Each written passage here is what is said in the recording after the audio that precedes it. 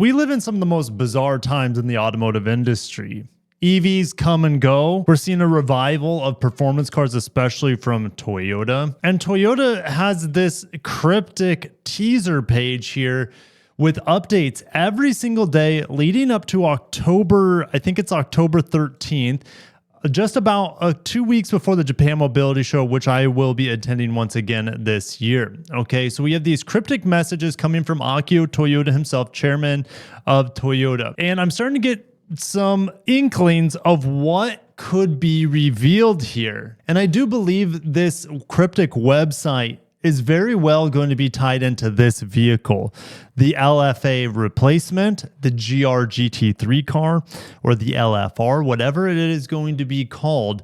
We will talk in depth about this vehicle and what's going on in Japan with it, and how it could all be tied together. It's getting crazy. Now, Akio has said in these messages that the dealers don't even know about this, which means to me that the dealers are going to be involved in this situation, whatever is going to be revealed. He just hasn't revealed the final plans for maybe all the dealers. Well, I'm starting to get some information rolling in from the dealer end, and you can take it with a grain of salt. But I have a really strong theory of what's happening with these brands from Toyota. And also we'll talk about a little baby Land Cruiser at the end. So if you guys are excited for what Toyota will reveal, hit the like button and make sure you subscribe, because whatever is revealed, I for sure will be covering it, or at least mentioning it in some way or form when it's revealed on October 13th, but also with hands-on coverage in Japan at the Japan Mobility Show just around Halloween, okay, in Tokyo. All right, so these 5 brands, and actually when you visit this page online on your phone, I don't know if it's going to pull up, but you can probably see that on my phone that the Phoenix is at the top, and then Toyota Lexus to the side, and then Gazoo Racing and Daihatsu beneath. All right, what's interesting with these logos is that they're very well known in Japan, Daihatsu and the Century logo, but not outside of Japan for the most part. With Akio being the chairman position, he's no longer directly involved, you could say, with product development. Yes, he still races the Gazoo Racing products and helps give feedback on how they can improve them. But he's not like in the background, working on the Lexus RX, or, he's definitely more of a big picture guy. He is the CEO, but even beyond that, he's more immaterial at this point. He is more philosophy for the brand, and how can he lead it towards a more interesting future? Well, we have these cryptic messages here, and there have been updates. I'll update you guys. There have been a couple more. I updated you guys, I think it was the 19th, when he's saying, hey, Akio saying, hey, Woven City, which his son is running, his son at Daisuke is running Woven City, this new fabricated city at the base of Mount Fuji, to test new technology and to bring great minds together to cross-pollinate and figure out a way to have a better society going forward, melded with technology. Anyways, all right. So most of this has just been an update at Woven City, demonstration at Woven City. Okay, he says on the 17th here, Chairman Toyota was asked by a reporter in Woven City about this website. All right, so let's get into the nitty gritty here. What is Toyota planning here? Well, it's hard to say if what I have in store for you guys today, one, if it's true. So you have to take it with a grain of salt. And I've been trying to cross-reference it to get multiple sources, but I haven't heard back from my traditional sources quite yet in regards to this development.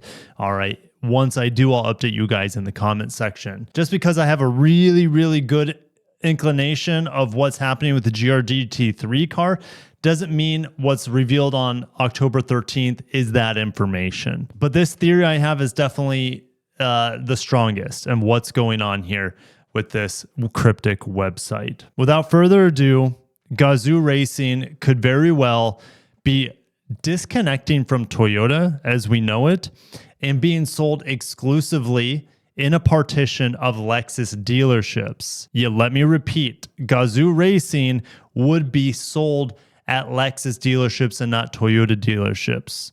That's the latest of what I heard. Again, I'm trying to get more references and sources to confirm this. And then inside a Lexus dealer, you would have your own points of contact for Gazoo Racing. All right. You, in theory, again, time will tell, but in theory, you wouldn't have a Lexus salesman selling for Gazoo Racing. Okay. They would have their own points of contact, potentially their own service points of contact as well. Time will tell though. But if Gazoo Racing is going to be sold at Lexus dealerships, which the Lexus dealerships would have to opt in for this, okay? And you know, you don't want to be a Lexus dealership and be like, oh yeah, we have just our Gazoo Racing products, they're just rotting at our dealership. You don't want that to happen. It's going to be very interesting to see how well this is executed here by Toyota and by Lexus. And there's a chance that some Lexus dealerships don't know about this yet. That's why Akio is saying, hey, the dealerships don't know. Maybe the Toyota dealerships don't know, some of them, right? Because you have some Toyota dealerships that don't have an affiliation with Lexus dealerships. Okay, so if Gazoo Racing is now under the Lexus umbrella, Century could absolutely be under the Lexus umbrella as well. And this has been going on. I thought it was in the Middle East. One of you guys corrected me that Century is not available in the Middle East yet, but it is available in China. Okay, so Century is being sold at Lexus dealerships, to my understanding, in parts of the world with a different point of contact. So Lexus is going to be like this potential new distributor of niche products sold under the Toyota brand, technically, right? Gazoo Racing moving over to Lexus, all right, which makes sense. Here's the reason why it makes sense, because this car is coming and it wouldn't sell well as a Toyota or in a Toyota dealership. So let's get into the translations of what MagX is saying about the new LFR, which here's the thing. If this car is sold at a Lexus dealership without a Lexus badge, but as a Gazoo Racing vehicle, it will not be called the LFR. It'll be called the GRGT or the GRGT3, probably just GRGT. And then a GT3 variant will be available as well. Okay, but let's read at what the latest scoop is coming from MagX in Japan right now. They're saying there's a huge structural defect. There's an aluminum frame and then carbon fiber panels are attached to the frame. Now, that's a little bit different than the old LFA. The LFA, they built a carbon fiber loom to build the tub. Okay, that's something you see in very exotic high-end cars. This car, not quite, it'll perform better than an LFA, but it's not quite as technologically advanced as the LFA was, okay? And as a result, they'll be able to make more of these, and they won't be limited in production volume. There is a huge structural design flaw with the aluminum base frame found in a joint. Okay, and these structural defects apparently are far more troublesome than powertrain or control defects. And to correct this issue is going to take a lot of time. It was supposed to come out in 2026. Now it's been postponed at least a year to autumn or fall of 2027. Now they're saying that the car won't be revealed until Tokyo Auto Salon in January. It keeps getting pushed back. I was hoping that this car would be revealed at this year's Japan Mobility Show. It still could, but it's highly unlikely now. In fact, it won't be revealed until a year after this coming January, where they have the Tokyo Auto Salon in 2026. They're saying it's 2027.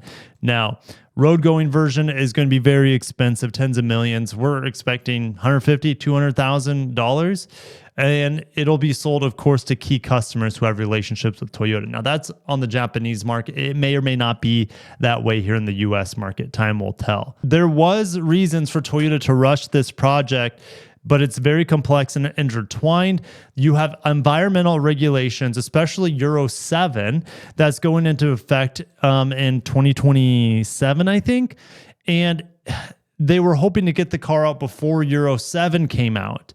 All right. And the last time we heard about this car being delayed, they did say that, oh, it's because of, well, you know, emissions regulations and other environmental regulations in Europe.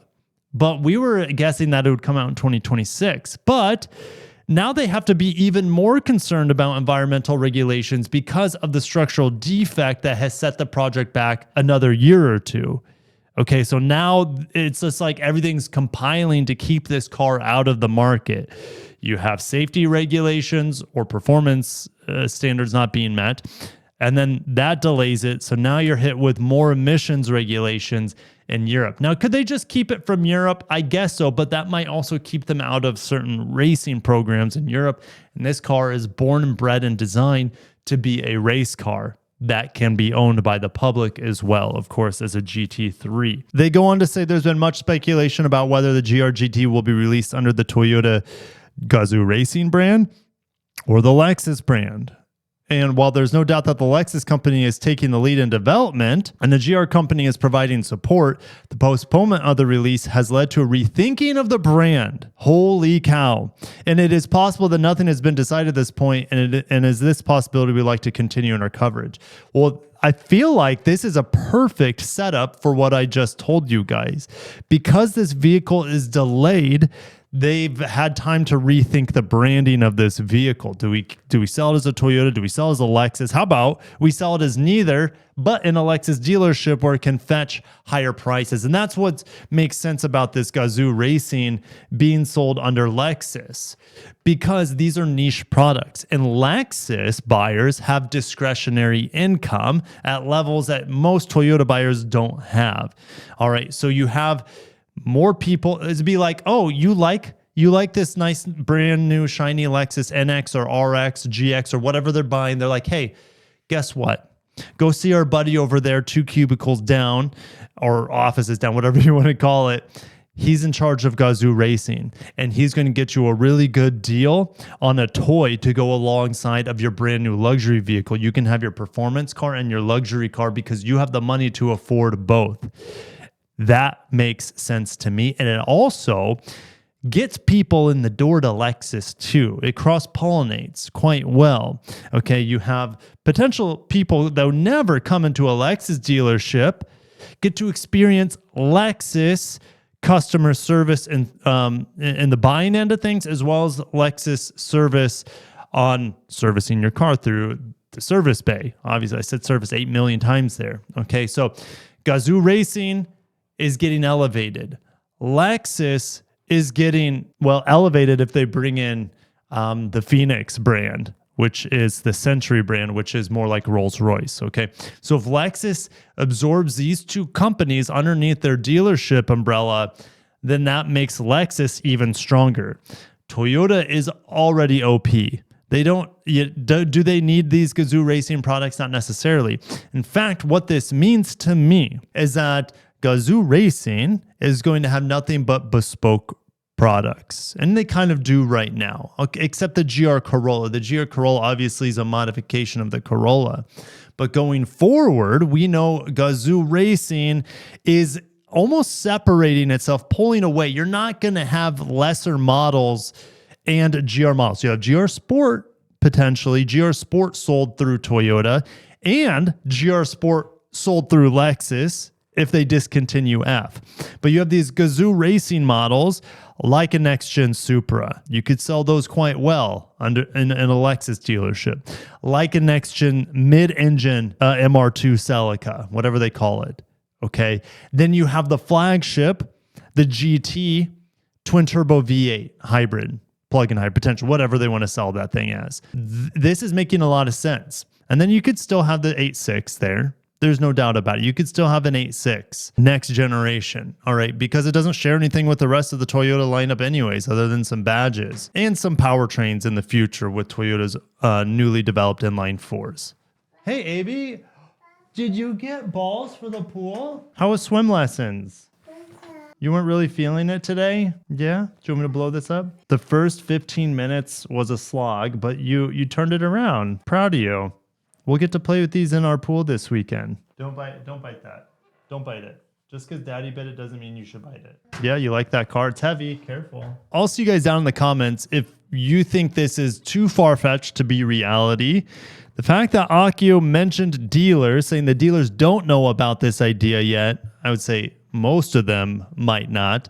But it's very interesting that he brought up the dealers. It's going to include the dealers some way or another. Lastly, as we get out of the morning of the LS. We have talks about what's going on with the mini Land Cruiser here, the FJ, which should be revealed at the Japan Mobility Show. Again, make sure you subscribe. I will be there in a month, which I've said probably 800 times in this video. Just lets you know how excited I am to go back to Japan and debut some cool stuff for you with my good friend David Chow at Automotive Press. FJ, they're saying that it's 100% going to be on the IMV0 platform, which the Hilux Champ is on, which is a affordable $15,000 to $20,000 pickup truck that we can't get in the United States because of tariffs, import taxes, safety regulations, emissions regulations, you name it.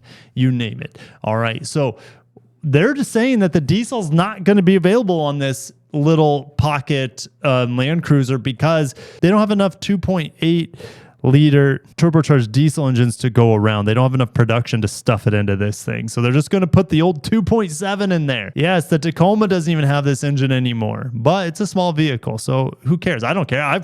I would take it with the 2.7. All right, give me some lockers as well. Oh man, this thing has the potential to be super badass, even with the tried and true bulletproof 2.7. Right, that's what Land Cruiser is supposed to be built to last the test of time, and I guarantee this thing would be more reliable than the turbo hybrid that we have in the J250 Land Cruiser in America, the Prado. All right, but again, not going to get it. Love the tire on the back. Too bad the J250 doesn't have the tire on the back. And the Land Cruiser 300 and Lexus LX are probably going to get a plug-in hybrid eventually, but who cares? Who really cares? This is what we want, and we're not going to get it unless Toyota somehow makes it as an electric vehicle in the United States, which those chances are slim to none. All right. Thank you guys for watching, and I cannot wait to see you guys theorycraft down below. And before I let you go, make sure to check out my latest last drive with the final edition Supra, and I talk about how impressive Gazoo Racing has become for Toyota and how far the GR Corolla has come from the 23 model year to the 24, the 25, the 26. They keep making it better year after year after year after year. It's so impressive the car is now, the GR Corolla. So if you want to see those impressions, click that video around my face. I'll catch you in the next one. Peace.